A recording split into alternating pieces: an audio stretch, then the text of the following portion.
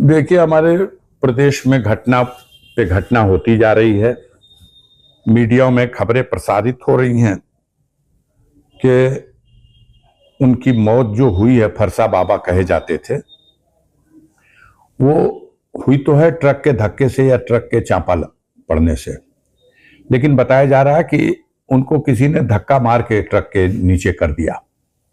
ये जांच का विषय है, इसकी जांच होनी चाहिए। लेकिन सिर्फ मथुरा के उस बाबा की मौत का वर्णन करके उत्तर प्रदेश में जो कानून व्यवस्था की गिरती हुई स्थिति है, उस पर पर्दा डालने जैसा है।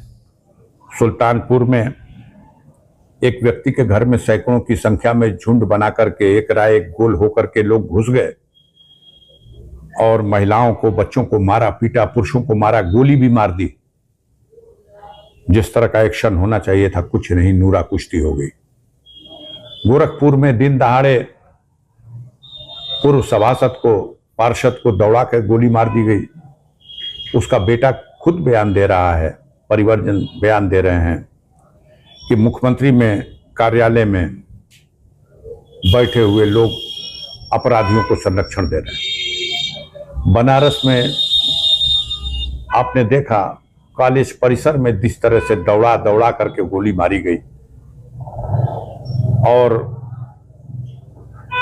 बनारस हमारे प्रधानमंत्री का अपना क्षेत्र है, वहीं से वो निर्वाचित होकर के जाते हैं। गोरखपुर योगी आदित्यनाथ का क्षेत्र है। मथुरा हमारे प्रदेश की धर्म नगरी के नाम से मशहूर एक बहुत ही इंपॉर्टेंट प्लेस है। हर जगह इस तरह घटना हो रहा है। गाजीपुर में एक घटना हुई है जो चाणीपुर करंडा थाना क्षेत्र के अंतर्गत, यहां भी दौड़ा करके गोली मार के हत्या की गई है। मापदंड अलग हो जाएगा जब काम करने का, तो अपराधियों के हौसले बुलंद हैं। जो सत्ता के संरक्षण में पल पस पाले जा रहे हैं, पोसे जा रहे हैं, उनके हौसले इतने बुलंद हैं कि उन्होंने कानून व्यवस्था को चुनौती दे रखी है। आज आम जन की जुबान पर उत्तर प्रदेश में एक जंगल राज आ गया, इस तरह की चर्चा हो रही है। जिस तरीके से वाराणसी यूपी कॉलेज में छात्र के सीने में 4 गोली और खोपड़ी में 4 गोली मारा गया, वो भी प्रचार के आंखों के सामने। मां कह रही है कि कॉलेज के परिसर में ऐसे बेटे का हत्या होना बहुत बड़ा प्रश्न चिन्ह है। सब हौसला बुलंद अपराधियों के द्वारा बहुत दुखद है, बहुत दुखद है ये घटना। 8 गोली मार करके निर्ममता पूर्वक ये साबित करता है कि कानून का कोई भय नहीं है। अभी उत्तर प्रदेश में ही एक बड़े अधिकारी को उसके कार्यालय में जाकर के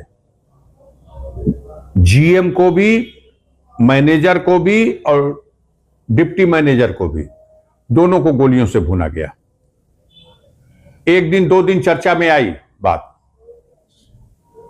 जो घटनाएं कर रहे हैं उनको देखिए कौन है लोग, और उनके तार सीधे सत्ता से जुड़े हुए लोगों के साथ मिले हुए हैं। 2 हत्या और पेट्रोलियम से जुड़े हुए अधिकारियों के कार्यालय में घुस करके, एक सुरक्षित कैंपस में जा करके, कहां है कानून व्यवस्था? शर्म आनी चाहिए इनको कहते हुए कि उत्तर प्रदेश में कोई कानून व्यवस्था है।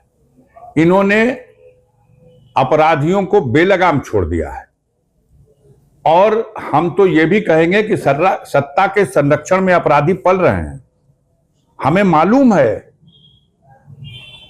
दूर दराज के इनामी और प्रोफेशनल अपराधी आकर के किराए पर हत्या करने के लिए सुपारी ले लेकर के डेरा गिरा के बैठे रह रहे हैं। और घटनाएं जब हो जा रही हैं, तब 2 दिन अखबार और टीवी में, उसके बाद सब पर्दा डाल दिया जा रहा है। कब क्या हो जाए, किसके साथ हो जाए, कुछ कहा नहीं जा सकता। उत्तर प्रदेश की स्थिति बिल्कुल भयावह है। आम जनता चिंतित भी है, भयभीत भी है।